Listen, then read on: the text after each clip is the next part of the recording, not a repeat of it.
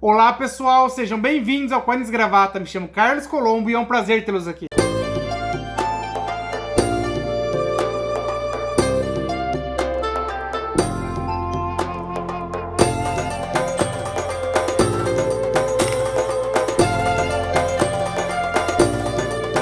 Hoje, exibição na nossa Gibiteca, nós temos Beck Volume 1.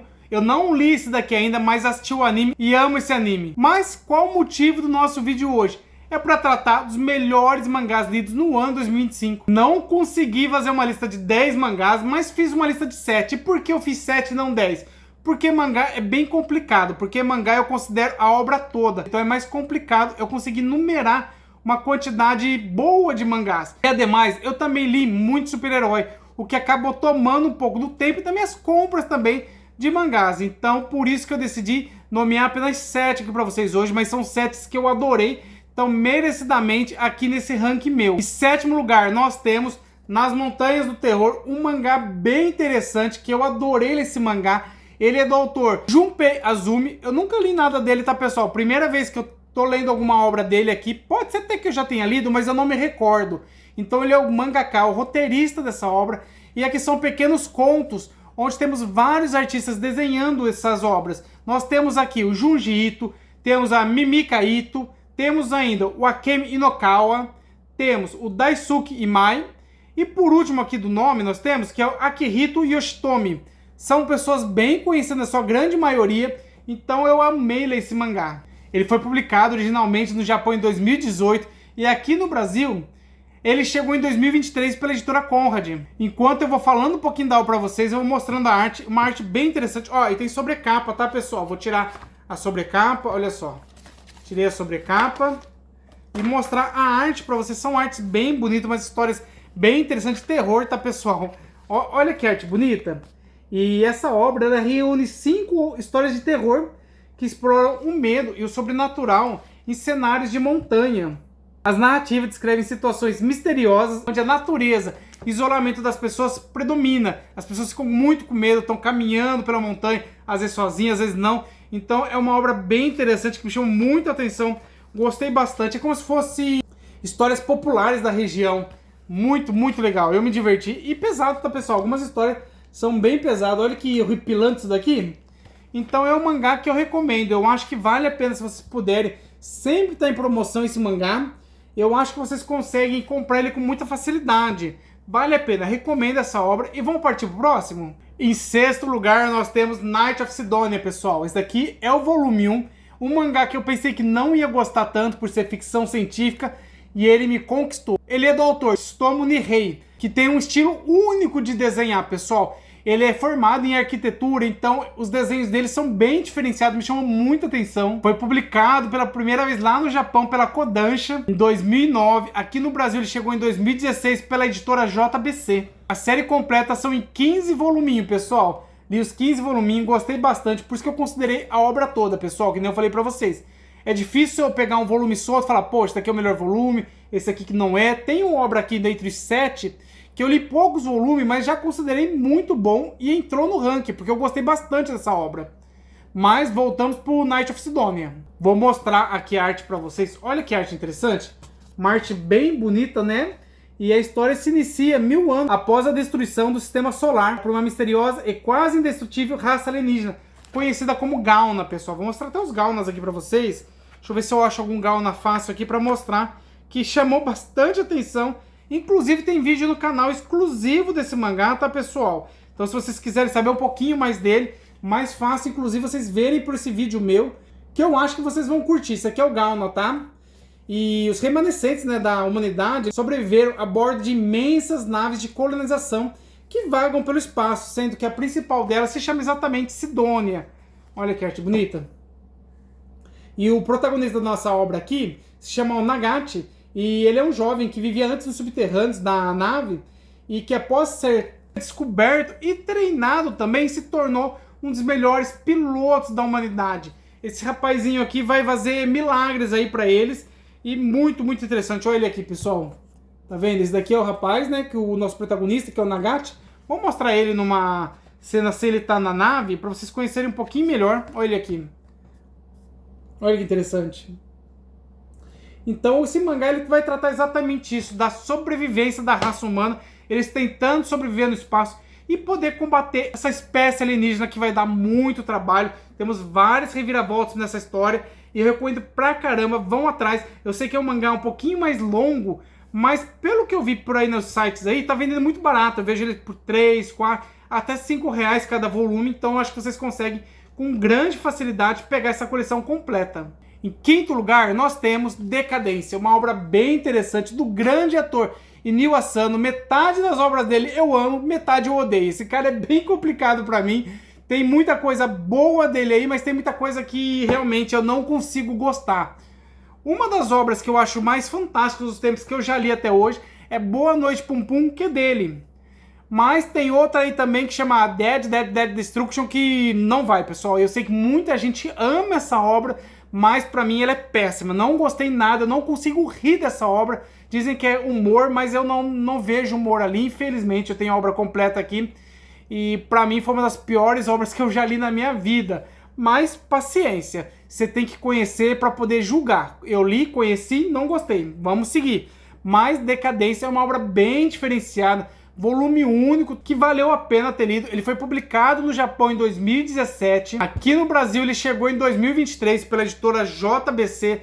É uma história fantástica. Eu vou mostrar a arte aqui pra vocês enquanto eu vou falando um pouco dela. Mas olha que arte bonita. O Inio Asano desenha pra caramba, né? Olha isso aqui. O cara é fera. E a história começa exatamente com o nosso protagonista, que é o Kaoru, que ele é um mangaka de meia idade, que ele acaba de finalizar sua primeira série de sucesso. Esse mangá, ele aborda uma crise criativa do mangaka, ele não está conseguindo desenvolver mais, ele está com grande dificuldade, isso acaba afetando financeiramente, amorosamente, na sociedade em si. Realmente é um mangá muito reflexivo, deve se pensar muito para ler esse mangá, é um mangá pesado, tá, pessoal? Não é um mangá fácil de se ler, e olha que bonita essa arte dele. Nós vemos esgotamento profissional desse mangaka, né, que é o Kaoru, e a gente vê como se fosse ele entrando numa crise de burnout, que é quando você trabalha demais, você se estressa, não consegue se desenvolver, realmente precisa dar uma pausa, precisa de ajuda psicológica. Então ele acaba sendo muito atingido psicologicamente. E com isso, seu casamento, seu relacionamento com a editora acaba desmoronando, apesar do amor que ele tem pela arte, pelos quadrinhos. Só que a gente vê a cruel indústria, né, dos quadrinhos.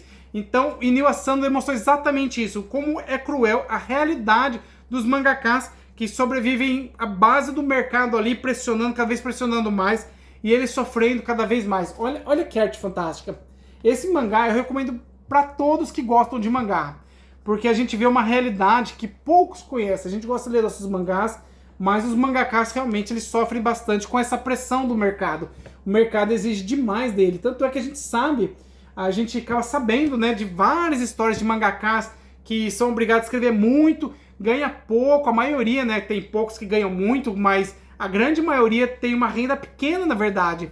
Então é uma vida muito dura, muito difícil esses mangakas. Então eu acho essa uma obra essencial para vocês conhecerem um pouquinho mais da vida dos mangakas. E vamos partir para o quarto colocado? Eu confesso para vocês que o sexto e o sétimo foi até fácil definir, mas a partir do quinto, que foi Decadência, e o quarto para cima, foi extremamente difícil. Eu troquei o quinto e o quarto várias vezes de lugar. Inclusive um deles estava em terceiro, desceu de novo, depois subiu. Então, gente, está muito difícil escolher esse ranking, né, que eu fiz aqui. Mas eu acho que eu cheguei em um ranking mais ou menos correto, né? É muito difícil, pode ser que daqui meia hora eu refaça novamente toda essa estrutura que eu fiz dos mangás, mas eu vou manter aqui pro vídeo. Então, em quarto lugar, nós temos Kimba, o Leão Branco, do grande mestre Osamu Tezuka. Osamu Tezuka é fantástico. Inclusive, essa aqui foi, acho que, a última obra que eu li em 2005 de mangás, tá? Então, eu amei Kimba. Não pensei que ia gostar tanto. Normalmente, eu não gosto tanto, assim, das obras do Osamu Tezuka, por ser obras mais antigas, né? Um pouco mais datadas. Então, pro meu gosto de leitura, não agrada tanto. Mas o Kimba foi uma diferença brutal para mim. E essa obra aqui, pessoal, ela foi publicada entre o ano de 1950 a 54 no Japão. Já que no Brasil ele foi publicado em 2013 pela New Pop em 3 voluminhos. E em 2024 ela lançou essa versão histórica. Olha que bonitão ela, né? Bem grossa. E leve, então, pessoal, apesar de ser muito volumosa, mais de 500 volumes, eu achei ela bem leve até. Uma obra muito interessante, vou mostrar para vocês um pouquinho da arte também. É a arte tradicional do Osamu Tezuka, tá, pessoal? Olha que arte bonita. E a história, né, ela vai trazer a jornada do Kimba. Vou mostrar um pouquinho aqui para vocês, mais da arte.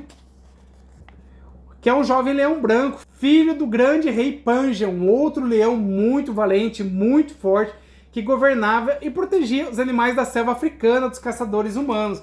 É uma história muito emocionante, pessoal. Eu sofri, né, com a morte do rei, não é tão grande spoiler assim, porque a própria sinopse atrás fala, né, do Kimba, que é o filho. Então eu acabei sofrendo com a morte do pai dele. Que história triste, pessoal. Apesar de ter uma veia mais infantil, a gente pega umas nuances ali bem adultas, bem pesada. Olha que arte fantástica do Osamu Tezuka. E com isso, o Kimba é enviado para a cidade, né, lá em Londres, e ele acaba vivenciando várias coisas em Londres. Nós temos a possível volta dele para a África. Então é uma história bem emocionante, bem divertida. Eu sei que é um pouquinho caro também.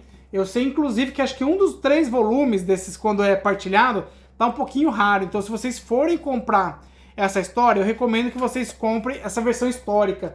Que aí vocês não vão ter essa dificuldade para ter a obra completa. Inclusive, eu tinha comprado os 2 volumes, tava numa promoção fantástica na Amazon. Aí eu falei, poxa, tem mais um 3º volume, eu não sabia. Aí eu devolvi os 2 primeiros, que tinha dado tempo, né?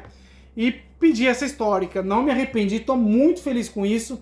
E eu recomendo bastante. Osamu Tezuka é considerado um deus, né, dos mangakás. Se vocês querem ter uma obra do Tezuka, eu recomendo essa aqui, porque realmente ele é o deus dos mangás, muito conhecido. Várias coisas dos mangás que existem hoje é graças às obras dele. Apesar de eu não curtir tantas obras dele, mas eu tenho a noção da importância que ele teve no mundo dos mangás. E ele deve ser prestigiado. Então, merecidamente, essa obra ficou em 4º lugar. E vamos partir para o nosso top 3? Em 3º lugar, nós temos uma obra que eu li poucos volumes. Eu li acho que 4 voluminhos até agora.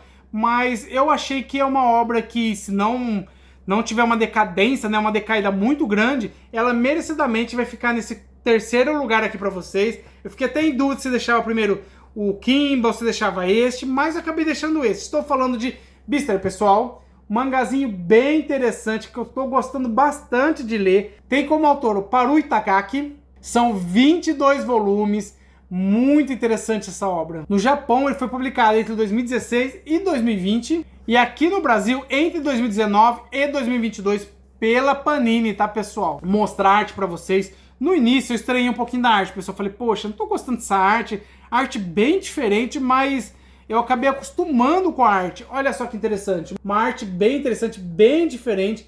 Ele é um mangá ambientado no mundo dos animais antropomórficos. O que é isso? É como se fosse os animais tivessem não fisionomia de humano. Eles andam a maioria como humano, então eles têm as atitudes dos humanos. Então é isso que é chamado de animais antropomórficos. Olha que arte interessante, pessoal. E nós vemos aqui uma tensão bem grande entre os carnívoros e os herbívoros. E a nossa história, nós temos como protagonista o lobo cinzento Legoshi, que é exatamente o da capa aqui. Vou mostrar ele em preto e branco também para vocês. Acho que já apareceu algumas vezes, mas eu vou mostrar de novo aqui, não custa nada. Olha ele aqui, pessoal. Esse aqui que é o Legoshi, nosso protagonista. Então vai mostrar como ele vai lidar com os instintos predatórios dele. Ele também vai se envolver em misteriosos romances na escola onde ele frequenta. Na verdade, eles estão ali numa escola onde tem herbívoros, carnívoros, e eles vão se relacionando ali, apesar deles terem essa tensão entre eles. Essa tensão acaba estourando, né, sendo um ápice ali com a morte de uma alpaca que foi atacada por um carnívoro, mas nós não sabemos quem é esse carnívoro que atacou essa alpaca. Essa alpaca, inclusive, era uma das melhores amigas do nosso protagonista. Então é uma obra muito interessante. Nosso protagonista ele faz parte do clube de teatro da escola. Muito, muito interessante. Eu adorei esse mangá. Na verdade, eu tô adorando, que eu tô lendo ainda.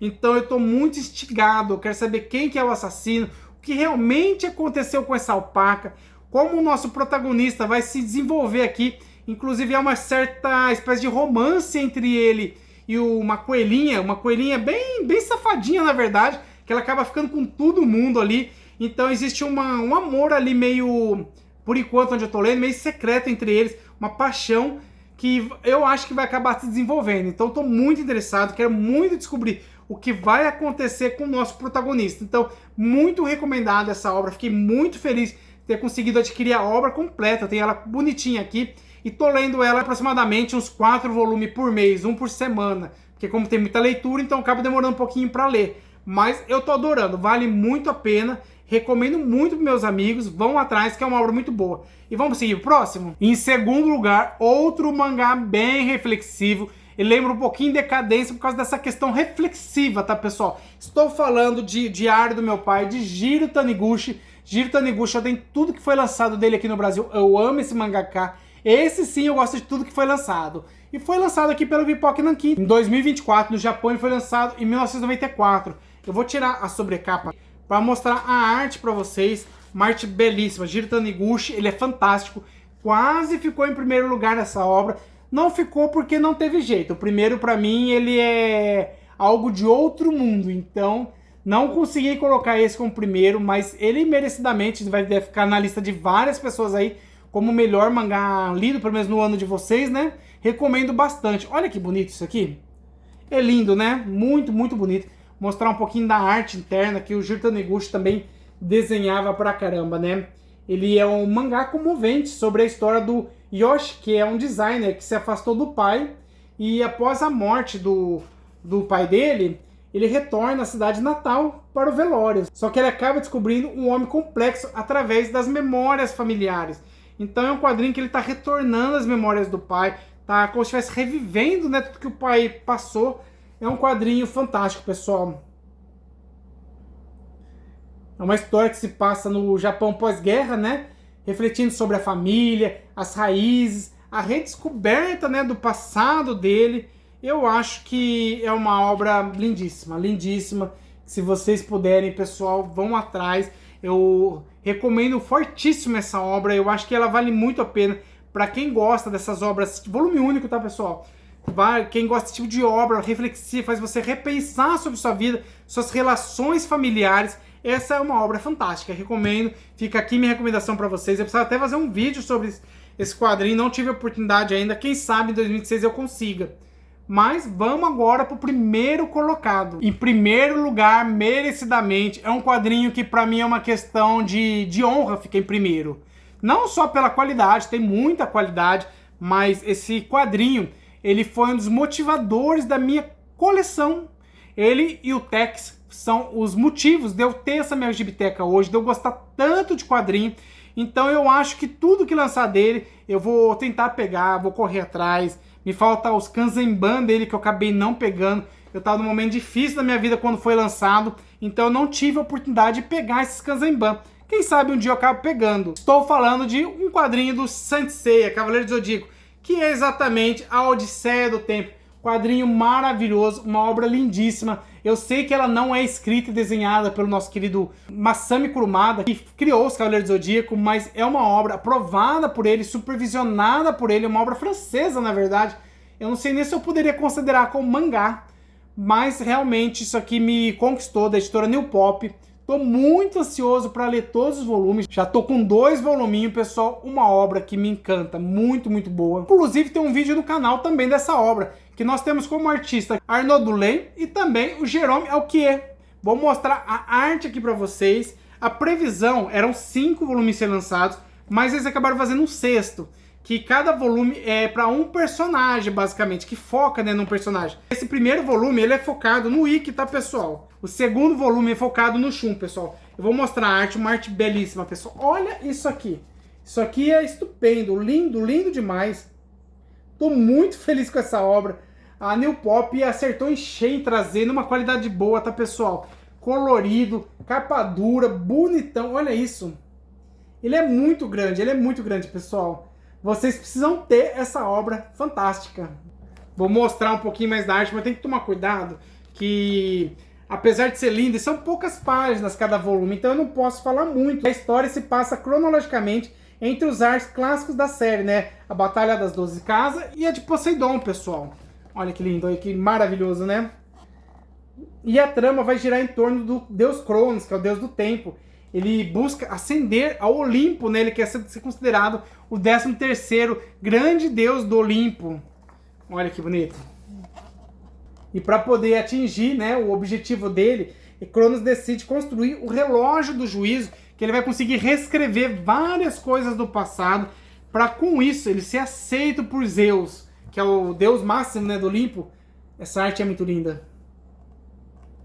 Eu não vou falar muito mais, pessoal, senão eu vou acabar estragando aqui o prazer de vocês lerem também, que eu acho que vai ser algo espantoso, espantoso, muito, muito bonito. Ele é um esplendor visual, pessoal. Que quadrinho bonito. Olha isso, pessoal. Como não gostar dessa obra? Não tem como não gostar. Você pode até falar, poxa, o roteiro tá um pouquinho inferior ao que o Masami Kurumada escrevia. Eu confesso para vocês que pode ser sim que o roteiro esteja um pouco inferior, mas a arte tá fantástica, a arte tá muito linda, as cores muito vivas. O roteiro, apesar de eu achar um pouquinho inferior ao Masami Kurumada, não está ruim, ele está seguindo basicamente o que o Masami Kurumada escrevia, o jeito do Masami Kurumada. Então eu acho que dá sim para seguir essa obra tranquilamente. Vocês gostarem dessa obra, eu acho que é uma oportunidade única para nós, amantes dos Cavaleiros do Zodíaco, que vocês não vão se arrepender. Eu acho que isso aqui vai ficar belíssimo na coleção de vocês. Então, merecidamente, em primeiro lugar, essa obra, que ele é fantástico. Olha isso aqui, pessoal. Olha que coisa linda.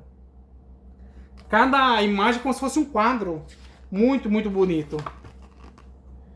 Então, são esses quadrinhos que eu decidi trazer no meu ranking aqui pra vocês. Vocês têm recomendações de outros mangás pra mim? Algum mangá que vocês leram? Fala, poxa, cara, você podia tentar isso aqui também. Quem sabe você vai gostar. Pode ser que não goste. Me deem ideias também pro canal aqui. Eu gosto bastante da ideia de vocês. O que eu posso melhorar no canal para poder ele ficar mais interessante para vocês e também para mim, claro, com certeza, que a primeira pessoa que se diverte com o canal sou eu. Então é muito importante a opinião de vocês. Então vou ficando por aqui. Espero que vocês tenham gostado do vídeo. Quem não for inscrito no canal, se inscreva no canal, curte o vídeo, comenta, compartilha com os amigos e a gente se vê no próximo vídeo, pessoal. Um abraço!